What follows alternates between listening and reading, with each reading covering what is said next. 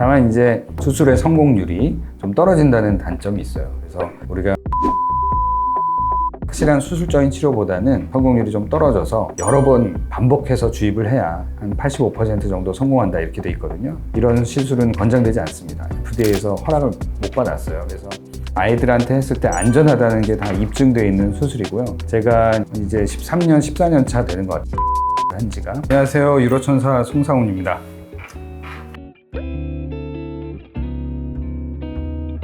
방광요관 역류나 수신증 같이 우리 어린 아이들에서 흔하게 생기는 신장의 기능을 떨어뜨릴 수 있는 질환들에서 수술적인 치료가 필요한 아이들이 있어요. 역류 때문에 요로 감염이 자꾸 생겨가지고 신장 기능이 나빠진 아이들, 그런 아이들은 우리가 수술적 치료를 하게 돼 있거든요. 과거에는 개복 수술이 많았죠.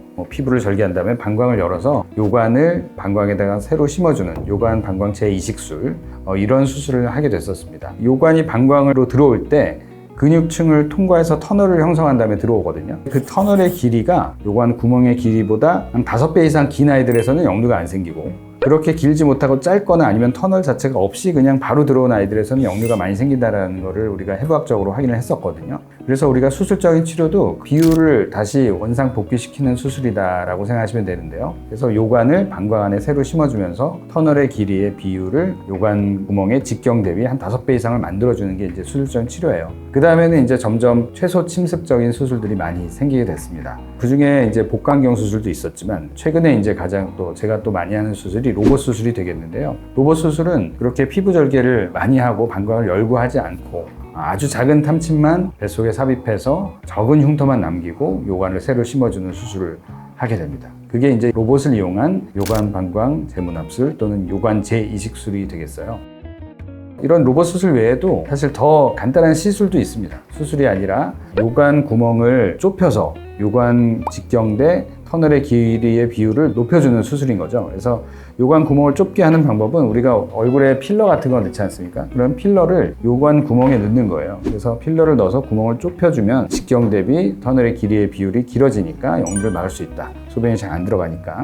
이런 시술도 있습니다. 그런 시술은 또 몸에 아무런 상처도 남기지 않고 요도를 통해서 내시경적으로 하고 큰 마취도 필요 없이 간단하게 할 수 있고 당일날 집에 갈 수 있다는 굉장히 큰 장점이 있는데, 다만 이제 수술의 성공률이 좀 떨어진다는 단점이 있어요. 그래서 우리가 뭐 개복 수술이든 로봇 수술이든 확실한 수술적인 치료보다는 성공률이 좀 떨어져서 여러 번 반복해서 주입을 해야 한 85% 정도 성공한다 이렇게 돼 있거든요. 특히나 아주 고등급의 역류에서는 이런 시술은 권장되지 않습니다. FDA에서 허락을 못 받았어요. 그래서 저등급 역류에서는 좀 해볼 만한 시술인데, 다만 성공률이 좀 떨어지는 이런 시술도 있습니다. 사실 부모님들이 가장 궁금해하시는 부분 중에 하나인데요. 로봇 수술이 아이들은 이렇게 조그만데 로봇은 이렇게 큰 수술 기구인데 이것으로 아이들이 괜찮을까요? 이거 많이 궁금해 하시거든요. 근데 사실 이미 아이들한테 했을 때 안전하다는 게 다 입증되어 있는 수술이고요. 제가 이제 13년, 14년 차 되는 것 같아요. 로봇 수술을 한 지가. 10년 이상을 제 경험으로 봤을 때도 굉장히 안전한 수술이고, 이미 문헌상에 정말 작은 아이들, 1세 미만의 뭐 6, 7kg도 안 되는 아이들을 수술했을 때도 굉장히 안정적이다. 아이들도 그렇게 힘들어하지 않고 수술의 결과가 좋다는 게 다 밝혀져 있고요. 실제로 제가 수신증 중에 신우요관이행부 폐색증이라고 해서 신장에서 요관으로 이어지는 부분이 좁아서 수신증이 심해지고 신장이 나빠지는 아이들이 있거든요. 이런 아이들에서 로봇 수술을 굉장히 오래 해왔는데, 이런 경우는 사실 뭐 생후 1개월에도 수술을 합니다. 1개월짜리 뭐 4kg 이렇게 5kg밖에 안 되는 아이들도 로봇 수술로 아주 높은 성공률로 수신증을 완치할 수 있는 경우들이 많고요. 아이들은 특히 이렇게 뭐 우리가 절개하는 부분이 로봇팔이 들어가는 절개 부위가 1cm도 채 안 되거든요. 그런 상처들도 피부 접히는 데다가 제가 만들기 때문에 몇 년 지나서 오면은 엄마가 그 상처 자체를 잘 못 찾는 경우들이 많아요. 피부 접히는 데 해놓으니까. 그래서 굉장히 또 회복도 빨라서 수술하고 다음 날이면 집에 갈 수 있습니다. 통증도 적고 미용적으로도 굉장히 효과적인 수술이 또 로봇 수술이 되겠어서 제가 부모님들한테 너무 걱정 안 하셔도 된다. 아주 작은 아이들도 다 잘 치료된다라고 꼭 말씀드리고 있습니다.